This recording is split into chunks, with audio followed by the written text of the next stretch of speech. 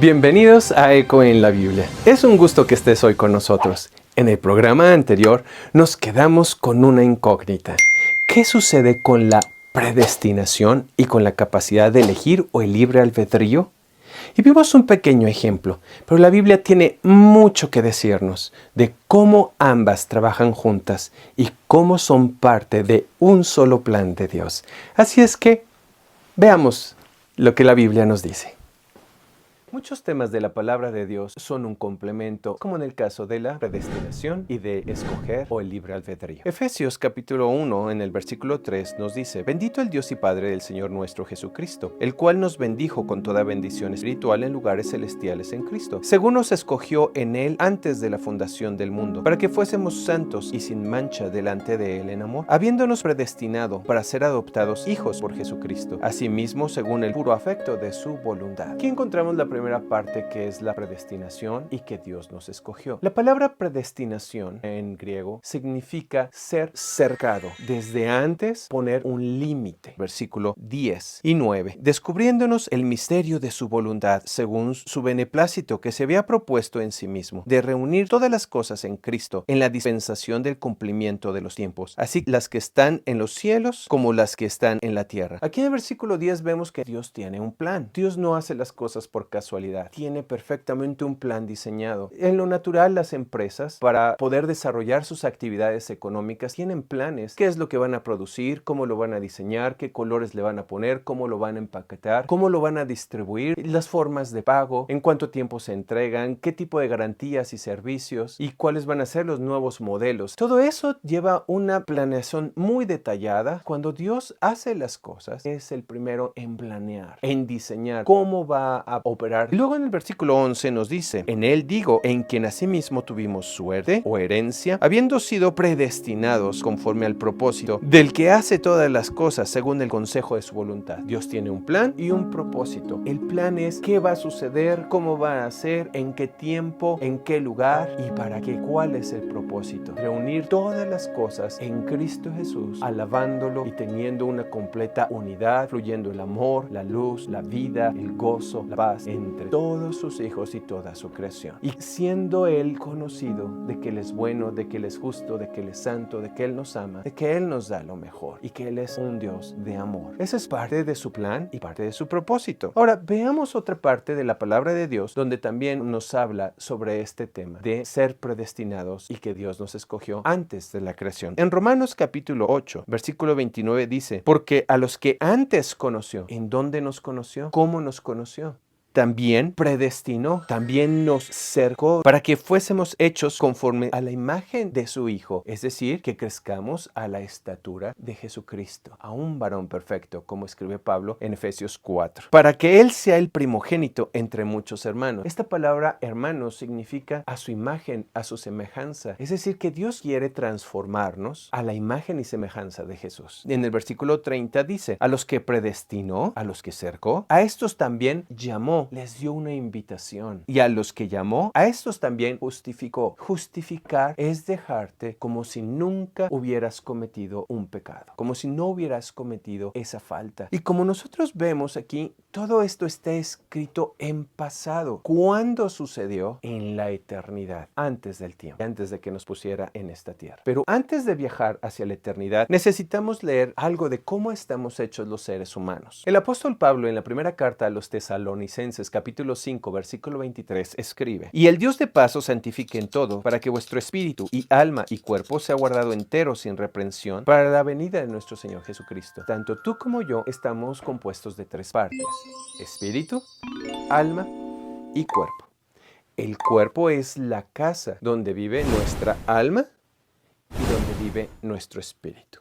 Estos tres son uno, eres tú. El origen de nuestro espíritu y de nuestra alma no comenzó con nuestros padres. No comenzó cuando un espermatozoide fecundó a un óvulo. Ahí comenzó el cuerpo. Y cuando está esta fecundación es donde Dios deposita el espíritu y el alma. Y es un ser humano completo desde ese momento. No tiene su forma final, pero es un ser humano con cuerpo, espíritu y alma. En Génesis 2, versículo 7 nos dice: Formó pues Jehová Dios a al hombre del polvo de la tierra y alentó en su nariz soplo de vida, y fue el hombre en alma viviente. Del polvo de la tierra formó el cuerpo, alentó en su nariz soplo de vida, el espíritu, Dios, y fue el hombre en alma viviente. Desde el inicio de la creación del hombre, Dios puso cuerpo, alma y espíritu para ser una sola persona. El espíritu y el alma vienen de Dios desde la eternidad y el cuerpo lo formó dentro del seno de nuestra madre. Así es que ahora viajemos hacia la eternidad.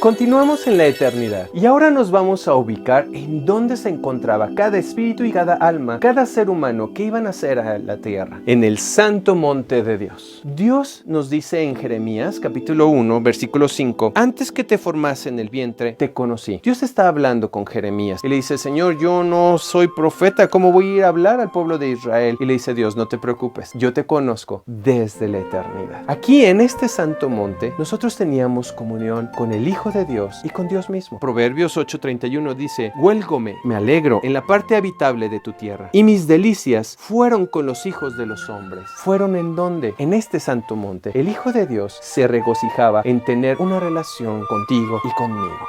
Y después de un tiempo, el Señor hizo la creación, esta creación angelical. Y en esa creación angelical hizo un ángel, un querubín muy especial. Veamos parte de su creación, que lo describe con piedras naturales para que podamos entender sobre su belleza. Toda piedra preciosa fue tu vestidura: el sardio, topacio, diamante, crisólito, ónice y berilo, el zafiro, carbunclo y esmeralda, y oro. Y los primores de tus tamboriles y pífanos estuvieron apercibidos para ti en el día de tu creación. No solo todo este lujo y toda esta belleza, sino también lo creó con la capacidad de hacer música. Tú, querubín grande, cubridor, yo te puse, en el santo monte de Dios estuviste, en medio de piedras de fuego has andado. Es decir, que Dios le dio un ministerio, una tarea que ejecutar a este querubín llamado Lucifer. Él ministraba en este santo monte, caminaba de abajo hacia arriba y de arriba hacia abajo, con sus alas extendiendo, cubriendo y protegiendo cada una de estas almas en forma de semillas. ¿Qué sucedió con él? Perfecto eras en todos tus caminos, desde el día que fuiste criado hasta que se halló en ti maldad. ¿Por qué? ¿Qué fue lo que pasó? En Isaías 14 nos dice que él codició el trono de Dios, diciendo: si yo soy tan magnífico, si tengo toda esta hermosura, toda esta capacidad de crear música, ¿qué estoy haciendo aquí nada más? Ministrando, trabajando aquí. Yo debería de estar sentado en el trono de Dios. Se corrompió. Entonces tuvo codicia. ¿Qué codició? La relación que el Hijo de Dios tenía contigo, conmigo, con cada una de estas semillas que estaban aquí en el santo monte de Dios. Estas almas y espíritus que estaban ahí. ¿Y qué fue lo que hizo Lucifer? Continuamos en Ezequiel 28 y dice: a causa de la multitud de tu contratación fuiste lleno de iniquidad y pecaste, por lo que yo te eché del monte de Dios y te arrojé de entre las piedras de fuego, oh querubín cubridor. ¿Qué fue lo que hizo? eso, Lucifer empezó a caminar por este monte y empezó a decirnos: vean lo grandioso que yo soy. Dios les está quitando lo mejor. Vean, ustedes son solo una pequeña semilla. Yo tengo este ser, esta hermosura. ¿Por qué no me siguen? Escojan a mí. Dios les está quitando lo mejor. Y esas dos cosas son con las que tienta a la humanidad desde ese entonces. Ahí nos tentó como espíritu y alma, codiciando aquello que no pertenece. Los seres humanos siempre están codiciando lo que otra persona tiene en ropa, en carros, en trabajo, en la esposa o el esposo de otra persona, los hijos o los padres. Él estaba inconforme con la bella tarea que Dios le había dado. En lugar de ser agradecido con lo que Dios le había dado y cómo Dios lo había hecho, decir: Dios, no merezco existir, pero pensaste en mí. Él estaba siendo ingrato y él empezó a tentar a la gente. Y es lo mismo con las personas. La ingratitud que tenemos por lo que tenemos, por quiénes somos, por dónde nos encontramos. Entonces Lucifer empezó a decir en este lugar: síganme. ¿Y qué crees que pasó? Tomemos una de estas semillas. Esta es una semilla redonda o esférica. Todas estas semillas que tienen esta forma escogieron por Lucifer. Dijeron: tienes razón, te vamos a seguir, e hicieron una elección por él. Ahora tomemos una de estas semillas que tiene una forma cuadrada o cúbica. Esto cuadrado o cúbico es la predestinación que venimos leyendo en Efesios y en Romanos. ¿Qué fue lo que les hizo tener esta forma cuadrada? Este cerco cuadrado alrededor. Su elección por Dios. Y dijeron a Lucifer: tú eres un mentiroso.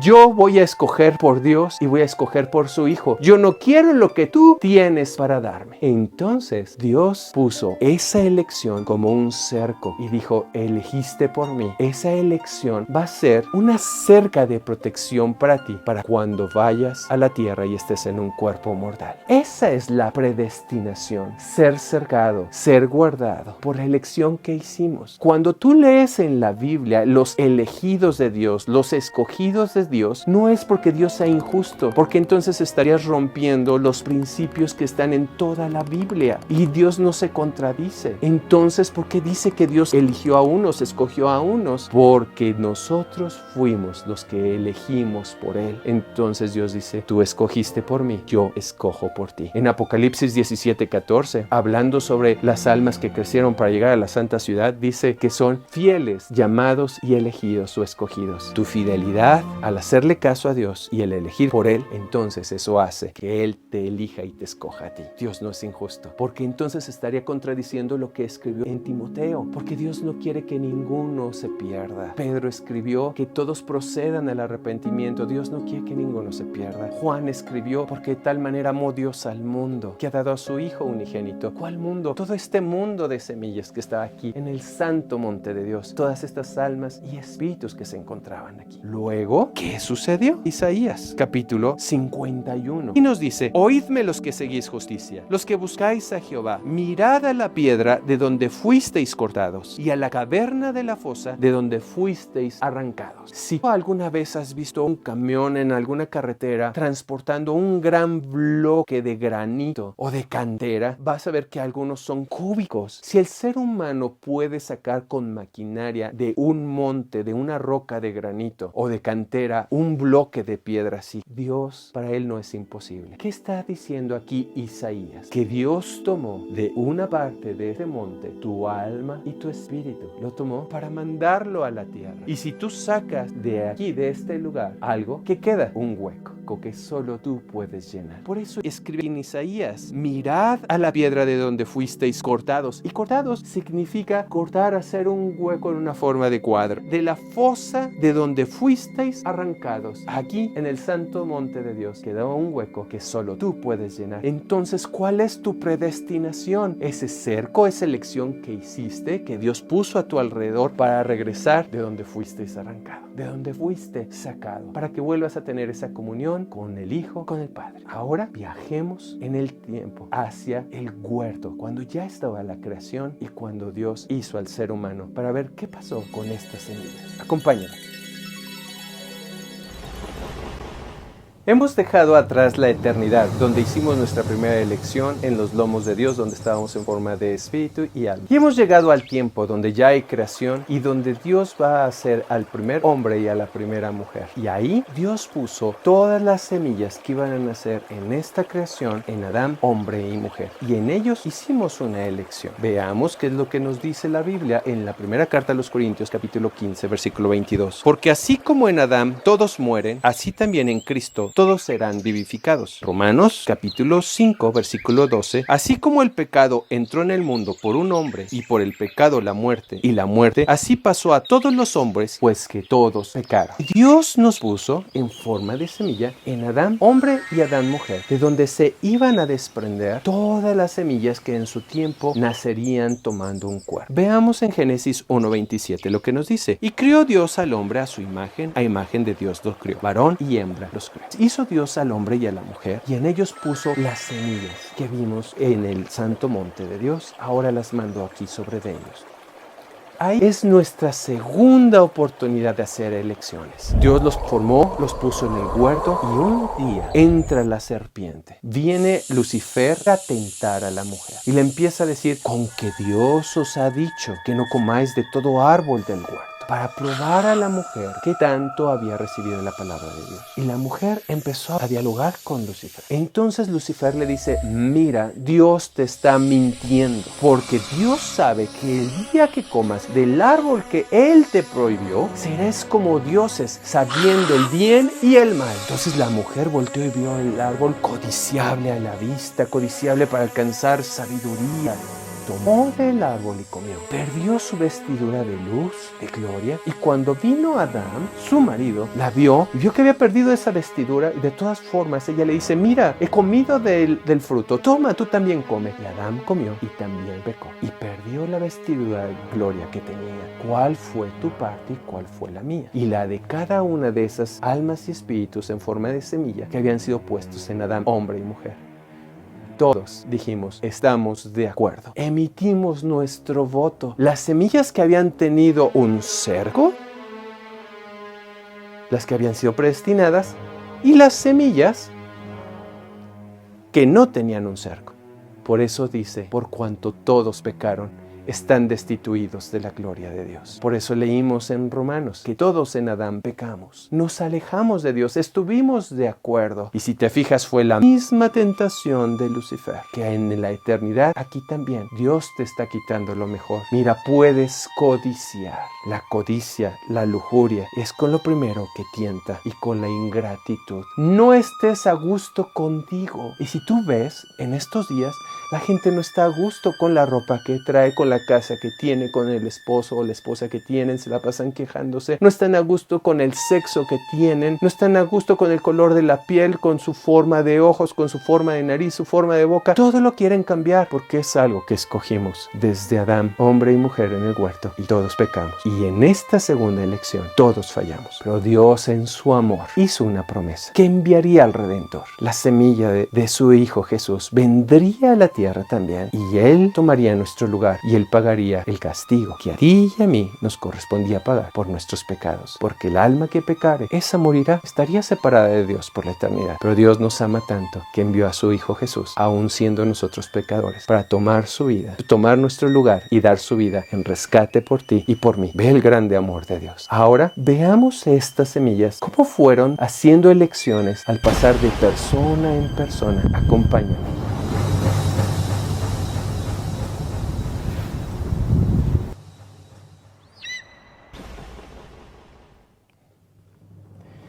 Podríamos ir hablando de persona en persona cómo fueron pasando cierto tipo de semillas en un viaje hasta que llegara su tiempo de estar en un cuerpo mortal. Por eso son muy importantes las genealogías en la Biblia, porque tú vas viendo de qué persona a qué persona pasaron esas semillas de una persona a otra haciendo elecciones en ese ámbito hasta que llegaron a un cuerpo mortal. Hemos viajado 2000 años después de Adán para llegar a Abraham. ¿Qué sucedió aquí con Abraham? Él acababa de pelear una batalla para recuperar a su sobrino Lot y traía los despojos despojos de la guerra. Y le sale a recibir Melquisedec, rey de Salem, el cual era sacerdote del Dios Alto. Y bendijo a Abraham y dijo: bendito sea Abraham del Dios Alto, poseedor de los cielos y de la tierra. Y bendito sea el Dios Alto, que entregó tus enemigos en tu mano. Y dióle a Abraham los diezmos de todo. Entonces Abraham está aquí delante de Melquisedec. Pero también, ¿quién estaba dentro de Abraham? Después de Abraham vino su hijo Isaac, luego su nieto Jacob y luego su bisnieto Leví. Aquí todavía ni siquiera había nacido Isaac cuando Abraham está frente a Melquisedec entregando los diezmos. Leamos lo que nos dice el libro de Hebreos en su capítulo 7, versículo 9. Y por decirlo así, en Abraham fue diezmado también Leví, que recibe los diezmos, porque aún estaba en los lomos de su padre, o sea, de Abraham, cuando Melquisedec le salió al encuentro. O sea, entonces dice, Leví estaba en los lomos de Abraham. Pero ¿quiénes tenían que nacer antes que Leví? Isaac, Jacob y luego Leví. Dice, entonces, ¿cómo es que Leví dio sus diezmos y todavía estaba en forma de espíritu y de alma, como una semilla? ¿A quién? Cuando Abraham estaba entregando los diezmos a Melquisedec, Leví estaba diciendo, sí, yo estoy de acuerdo con eso. Es justo entregar los diezmos a Dios. Cuando él llegó a nacer, muchos años después, de él, de Leví, vino el sacerdocio y fue a quien Dios estableciera a sus ministros que recibían los diezmos de todo el pueblo, por la elección que hizo Leví estando en Abraham, todavía sin tener un cuerpo mortal. ¿Okay? Ahora, vamos a tomar la tercera oportunidad para elegir, donde si elegimos mal en la eternidad en los lomos de Dios por Lucifer y en contra de Dios, y en Adán en la segunda oportunidad todos elegimos mal. Ahora, ¿qué pasa con la tercera oportunidad? En esa tercera oportunidad puedes borrar tus malas elecciones. Estudiémoslo con dos personas, pero hagámoslo en el estudio. Acompáñame.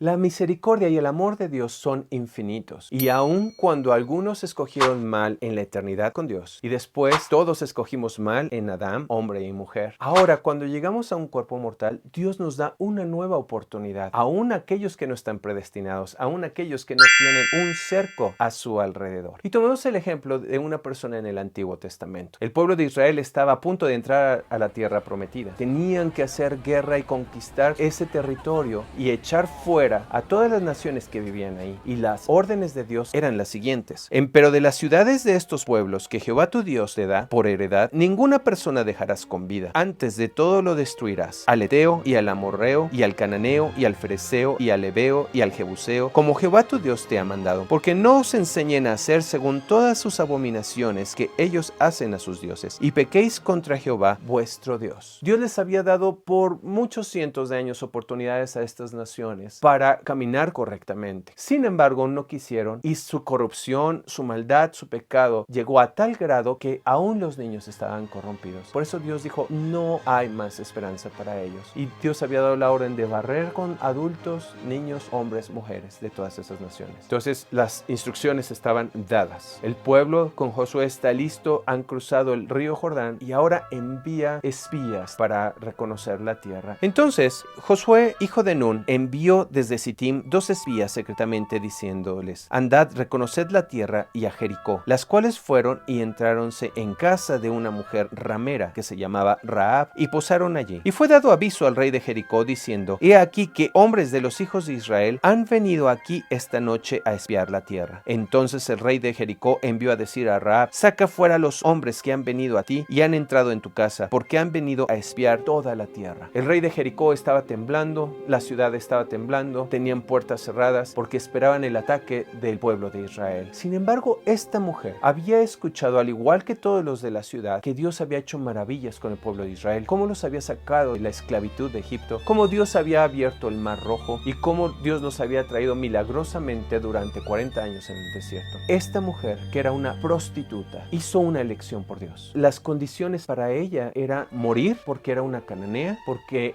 no era del pueblo de Dios, porque era una mujer ramera, las órdenes para las rameras eran que murieran apedreadas. Pero sin embargo, ella empezó a elegir correctamente por Dios y dijo, debe de ser el Dios verdadero, y empezó a hacer elecciones por él tan profundas que guardó a estos dos espías, no los entregó al rey de Jericó, les ayudó a escapar y a salir de la ciudad para que ellos pudieran regresar con Josué y pudieran hacer las estrategias que Dios les dijera para poder conquistar la ciudad. Tanto así que Dios dio órdenes a través de Josué de que no tocaran a Rahab ni todo lo que estuviera en su casa, y fueron guardados milagrosamente. La casa de Rahab estaba construida sobre una muralla de Jericó, y todas las murallas cayó, menos donde estaba la casa de Rahab, y fue guardada. La fe de Rahab y el amor de Rahab hacia Dios y sus elecciones fueron tales que su vida cambió. Tenía una elección que Dios le dio, y ella aprovechó la misericordia y el amor de Dios para elegir correctamente, tanto que Dios le permitió que se adhiriera al pueblo de Israel. Fue absorbida, se casó con un hombre de la tribu de Judá, y a través de ella vinieron las siguientes personas. Esto se encuentra descrito en el Evangelio de Mateo capítulo 1, y dice, y Salmón engendró de Rahab, la que era ramera, a Booz, y Booz engendró de Ruth a Obed, y Obed engendró a Jesé, y Jesé engendró al rey David. Es decir, fue contada dentro de la genealogía del rey David, y al seguir leyendo, de la genealogía del Señor Jesucristo. Entonces, fue una mujer que Dios tomó en cuenta sus elecciones, y esta mujer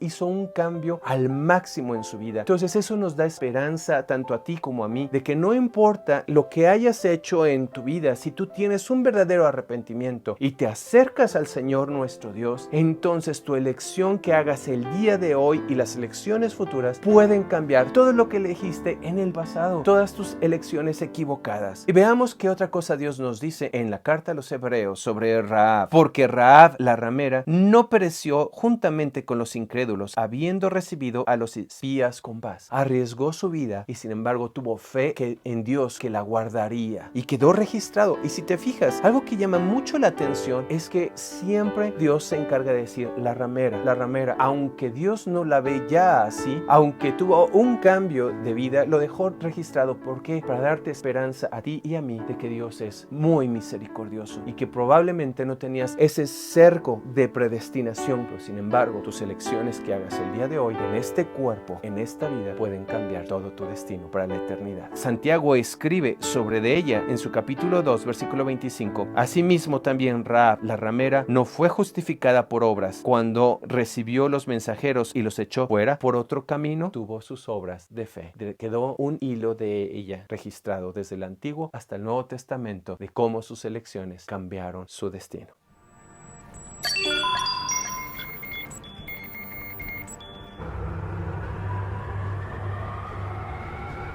La palabra de Dios nos enseña cosas eternas.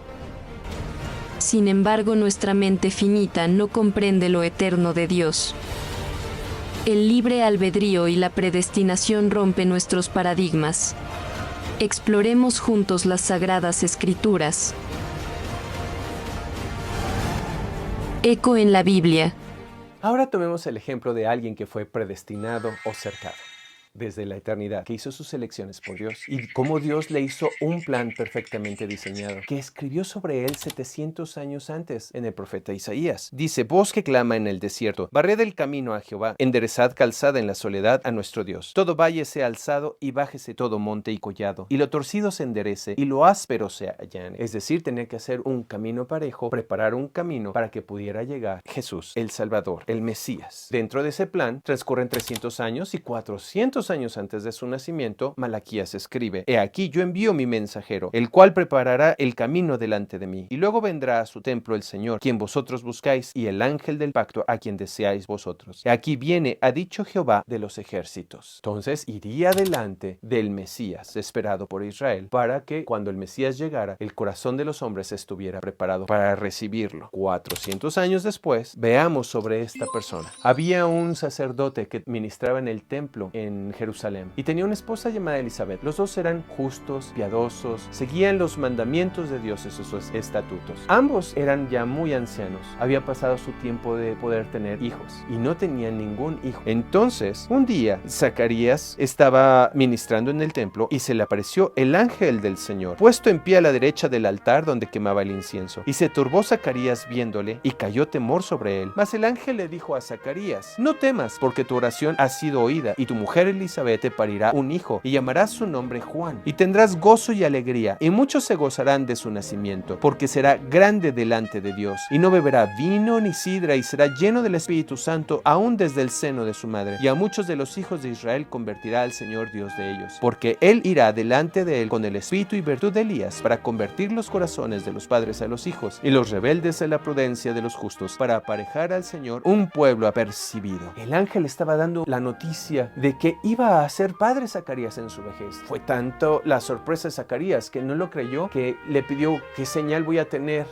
de que esto se va a cumplir? Y le dijo el ángel: vas a quedar mudo hasta que tu hijo nazca. Y Zacarías quedó mudo. Entonces fue un nacimiento sobrenatural el de Juan el Bautista. Durante mucho tiempo Juan se estuvo preparando para comenzar su ministerio. Vivía en el desierto con una vida como de un nazareo apartado. Fue contado como profeta. Cuando ya fue su tiempo de comenzar su ministerio, él vino con el respaldo de Dios, con gran fuerza. Todo el pueblo de Israel salía a él para ser bautizado. Aún los fariseos y sacerdotes se acercaban a él y decir: ¿qué haremos? Y él los reprendía duramente y les decía: generación de víboras, ¿quién les enseñó a huir de la ira que vendrá? Los soldados venían a él y decían: ¿y nosotros? ¿Cuál es nuestra parte? Y les decía: no extorsionen a nadie, conténtense con su paga. Las rameras, las prostitutas venían a él y a todos les decía: arrepiéntanse, porque detrás de mí viene uno que es mayor que yo. Detrás de mí viene el Hijo de Dios, al cual no soy digno de desatar las agujetas de sus zapatos. Decía: es mayor que yo. Juan el Bautista les explicaba: yo los bautizo con agua para arrepentimiento y remisión de sus pecados, pero el que viene detrás de mí es más poderoso que yo, y él los bautizará con el Espíritu Santo y con fuego. Y así constantemente hablaba Juan el Bautista sobre Jesucristo. Un día, estando Juan bautizando, estaba en Betábara, a la otra parte del Jordán, y al siguiente día ve Juan a Jesús que venía a él y dice: he aquí el Cordero de Dios que quita el pecado del mundo. Este es del que les dije: tras mí viene uno, un varón, el cual es antes de mí, porque era primero que yo, y yo no le conocía, mas para que fuese manifestado a Israel, por eso vine yo bautizando con agua. Y Juan dio testimonio diciendo: vi al Espíritu que descendía del cielo como paloma y reposó sobre él, y yo no le conocía, mas el que me envió a bautizar con agua, aquel me dijo: sobre quien vieres descender el Espíritu y que reposa sobre él, este es el que bautiza con Espíritu Santo. Y yo le vi y he dado testimonio que este es el Hijo de Dios. El siguiente día otra vez estaba Juan y dos de sus discípulos, y mirando a Jesús que andaba por allí, dijo: he aquí el Cordero de Dios. Juan, además, cuando lo estaba bautizando a Jesús, escuchó la voz del Padre que dijo: este es mi Hijo amado, en el cual tengo contentamiento.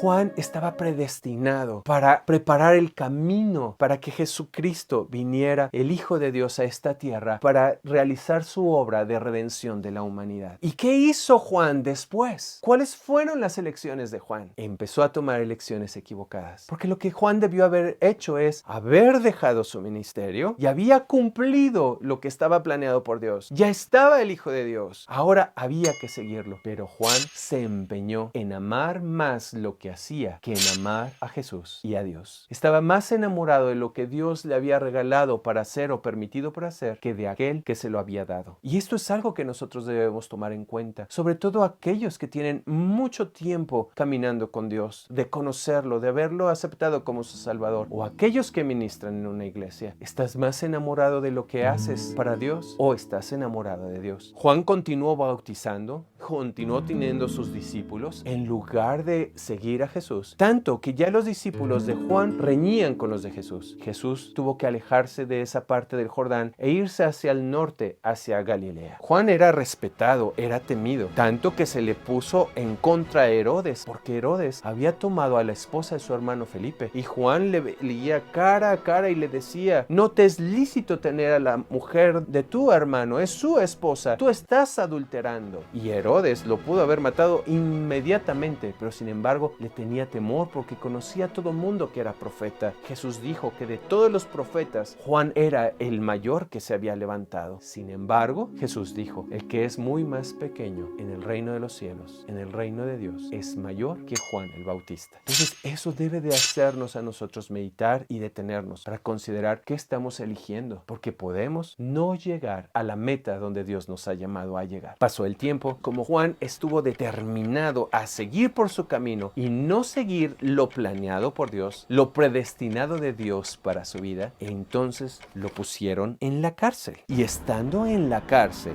dice lo siguiente: y oyendo Juan el Bautista en la prisión los hechos de Cristo, le envió 2 de sus discípulos diciendo: ¿eres tú aquel que había de venir o esperaremos a otro? Después de haber anunciado que Jesús era el Cordero de Dios, que era el Hijo de Dios, que era quien se estaba esperando, que era mayor que Juan, que era quien los iba a bautizar con Espíritu Santo y fuego, que él vio la paloma descender sobre Jesús, que él escuchó del Padre, que era su Hijo amado, Juan mismo predicó el Evangelio, que cualquiera que creyere en Jesús sería salvo. Ahora estaba dudando y estaba mandándole a preguntar a Jesús: ¿eres tú el que había de venir o esperaremos a otro? Vean lo grave de cuando uno se enamora de lo que hace en lugar de enamorarse de Dios. Y entonces Jesús no le respondió a los discípulos de Juan. No les dijo: vayan y díganle a Juan que yo soy. No, simplemente vean lo que Jesús dijo: id y haced saber a Juan las cosas que oís y veis. Los ciegos ven, los cojos andan, los leprosos son limpiados y los sordos oyen. Los muertos son resucitados y a los pobres es anunciado el evangelio. Y bienaventurado es el que no fuere escandalizado en mí. E idos ellos, comenzó Jesús a decir de Juan a las gentes lo fantástico que era como un profeta de Dios. Pero sin embargo, Juan había perdido aquello que él una vez con tanta fuerza había predicado. Ahora ya estaba dudando porque él tomó su propio camino, empujó tanto y tanto que se salió del cerco que Dios había puesto sobre él. Estando en la cárcel que lo había apresado Herodes, la esposa de su hermano Herodías hace un plan para dañar a Juan. Y luego el rey, enviando uno de la guardia, mandó que fuese traída la cabeza de Juan el Bautista, el cual fue y degolló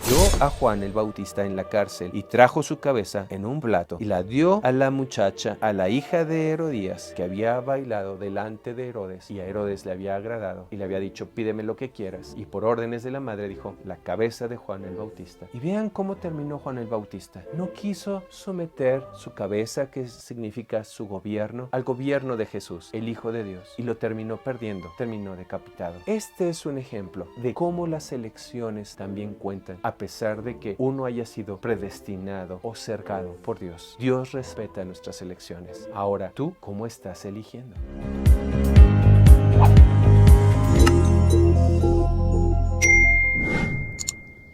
Como hemos visto, tanto la predestinación como nuestras elecciones son un complemento. No están peleadas, sino que nos ha sido puesto un velo al plan de Dios y a nuestra predestinación. Sabemos que estamos cercados, sabemos que estamos guardados para Dios, pero sin embargo, todos los días tenemos que elegir. Juan, Rahab, vimos cómo funcionaron las elecciones de ambos. La predestinación no es algo tan sencillo como decir: este está destinado al infierno, este está al cielo, y así es que yo vivo mi vida como si al fin que ya va a pasar lo que va a pasar. No.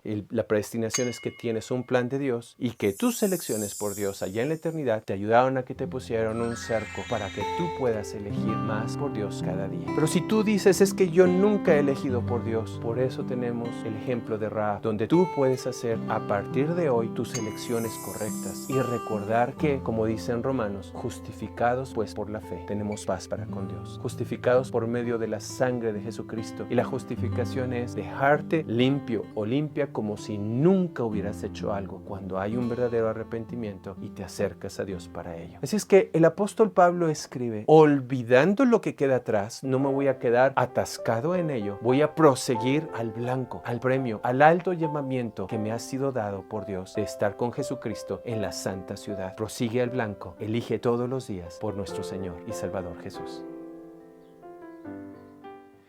El tema de la predestinación y del libre albedrío o la capacidad de elegir son fascinantes. Hemos visto cómo operan en nuestra vida y cómo esa predestinación se vuelve como un muro invisible que no te deja pasar cuando quieres caminar hacia lo malo y te detiene y te dice, mira, detente, medita. Si insistes en pasar, pues tus elecciones cuentan y hacen que traspases ello. Pero también como Rahab, si elegimos mal, entonces nuestras elecciones en este cuerpo mortal pueden enderezar todo. ¿Por qué? Porque tenemos la sangre de Jesucristo, el Hijo de Dios, que nos justifica, nos deja como si no hubiéramos cometido ningún pecado. Elijamos lo correcto. Tenemos un velo que no nos deja ver qué viene más adelante o lo que vivimos allá atrás, porque Dios quiere que libremente tú escojas y hagas tu elección. Espero que tanto tú como yo hagamos las elecciones por Él, porque nos espera una eternidad de comunión con el Padre y con el Hijo. Nos vemos en el próximo programa.